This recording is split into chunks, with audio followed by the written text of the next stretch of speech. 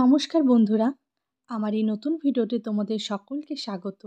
আমি আজকে তোমাদেরকে শেয়ার করতে চলেছি কলকাতা স্টাইলের মাটন স্টু। এই মাটন স্টু কলকাতার স্ট্রিট ফুড হিসাবে ভীষণ জনপ্রিয়। শীতকালে মাটন স্টুয়ের সাথে 2 পিস বাটার টোস্ট থাকলে রাতের খাবার পুরো জমে যায়। মাটন স্টুয়ের A to Z রেসিপি দেখার আগে যারা এই চ্যানেলে নতুন আছো তারা অবশ্যই চ্যানেলটিকে সাবস্ক্রাইব করে নিও। আর রেসিপিটি যদি ভালো লাগে তাহলে একটি লাইক ও কমেন্টের মাধ্যমে জানিয়ে দিও। তাহলে চলো দেখে নেওয়া যাক আজকের মাটন স্টু রেসিপি। এখানে আমি 250 গ্রাম হাড় সহ মাটন নিয়েছি। নুন ও লেবুর রস দিয়ে আধ ঘন্টার মতন মাটনটিকে ম্যারিনেট করে রেখে দিয়েছি। আমি এখানে প্রেসার কুকারে সাদা তেল নিয়েছি, তার মধ্যে গোটা গরম মশলা দিয়ে মাটনটিকে ভালো মতন ফ্রাই করে নেব। যেহেতু মাটন সেদ্ধ হতে অনেকটাই সময় নেয়, তাই আমি প্রেসার কুকারে জল দিয়ে সেদ্ধ করে নেব। তোমরা কিন্তু প্রেসার কুকার বদলে কড়াইতেও সেদ্ধ করে নিতে পারো, তবে সেক্ষেত্রে টাইমটা অনেকটাই লাগে। এখানে দেখো প্রেসার কুকারে মাটনটি দেওয়ার পর কিন্তু একটু জল উঠেছে, তাই আমি ভালো মতন 2 থেকে 4 মিনিট ফ্রাই করে নিয়েছি। এরপর পরিমাণ মতন জল ও নুন দিয়ে প্রেসার কুকারটি বন্ধ করে দিয়েছি। কলকাতাতে মাটন স্টু তৈরি করতে ঠিক যে সমস্ত সবজি ব্যবহার করে আমি কিন্তু সে সমস্ত সবজি নিয়েছি। এখানে রয়েছে পেঁপে লম্বা করে কাটা, তারপর আলু, গাজর এবং বিনস। তোমরা যদি চাও শীতকালীন আরও অনেক সবজি কিন্তু এখানে অ্যাড করতে পারো। আমি এই 4 রকম সবজি নিয়েছি। এরপরে ডুমো ডুমো করে পেঁয়াজ কেটে নিয়েছি রসুন কুচি, আর এখানে রয়েছে আদা আর লঙ্কার পেস্ট। তবে এক্ষেত্রে তোমরা আদা কুচি ও লঙ্কা কুচি ব্যবহার করতে পারো। আমার কাছে আগে থেকেই বাটা রয়েছিল, তাই আমি এটাই ব্যবহার করছি।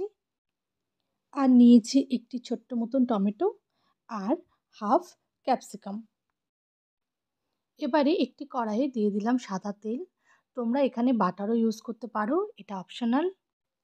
এরপর আমি ক্যাপসিকামটি একটু ভেজে তুলে নিচ্ছি, কারণ ক্যাপসিকাম গলে যায়, তাই আগে আমি ক্যাপসিকামটি একটু ভেজে নিয়েছি। এরপরে কড়াইয়ে দিয়ে দিব টুকরো করে রাখা পেঁয়াজ।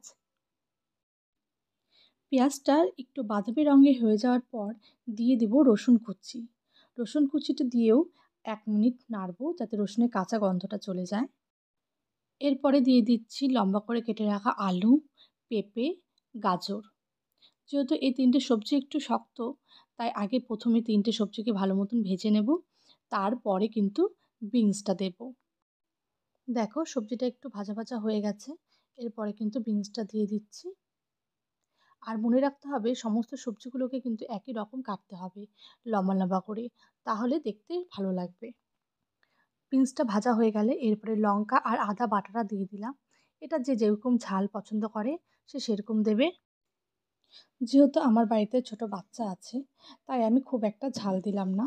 আর পরে অবশ্যই গোলমরিচের গুঁড়ো দেবো, তাই এখন লঙ্কা বাটা আদা বাটাটা কম দিলাম।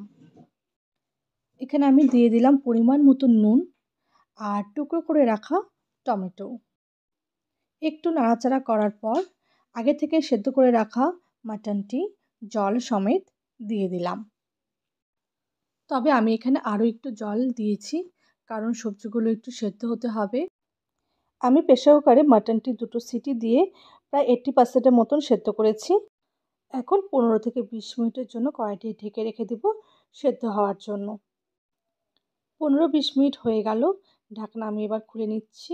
দেখো এখানে কিন্তু সেদ্ধ প্রায় কমপ্লিট, ভীষণ ভালো মতন সেদ্ধ হয়েছে। মাটনটি তো আগেই সেদ্ধ ছিল কিছুটা, এখন সবজিটা কিন্তু ভালো মতন সেদ্ধ হয়ে গেছে। এরপরে আমি ভেজে রাখা ক্যাপসিকামের টুকরো দিয়ে দিচ্ছি।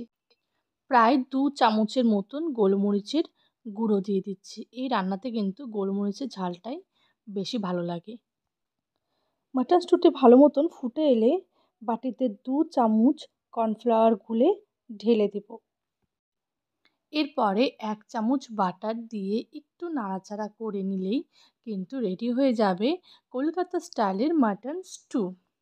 তাহলে আর দেরি না করে বাটার টোস্ট অথবা রুটির সাথে পরিবেশন করে ফেলো কলকাতা স্টাইলের মাটন স্টু।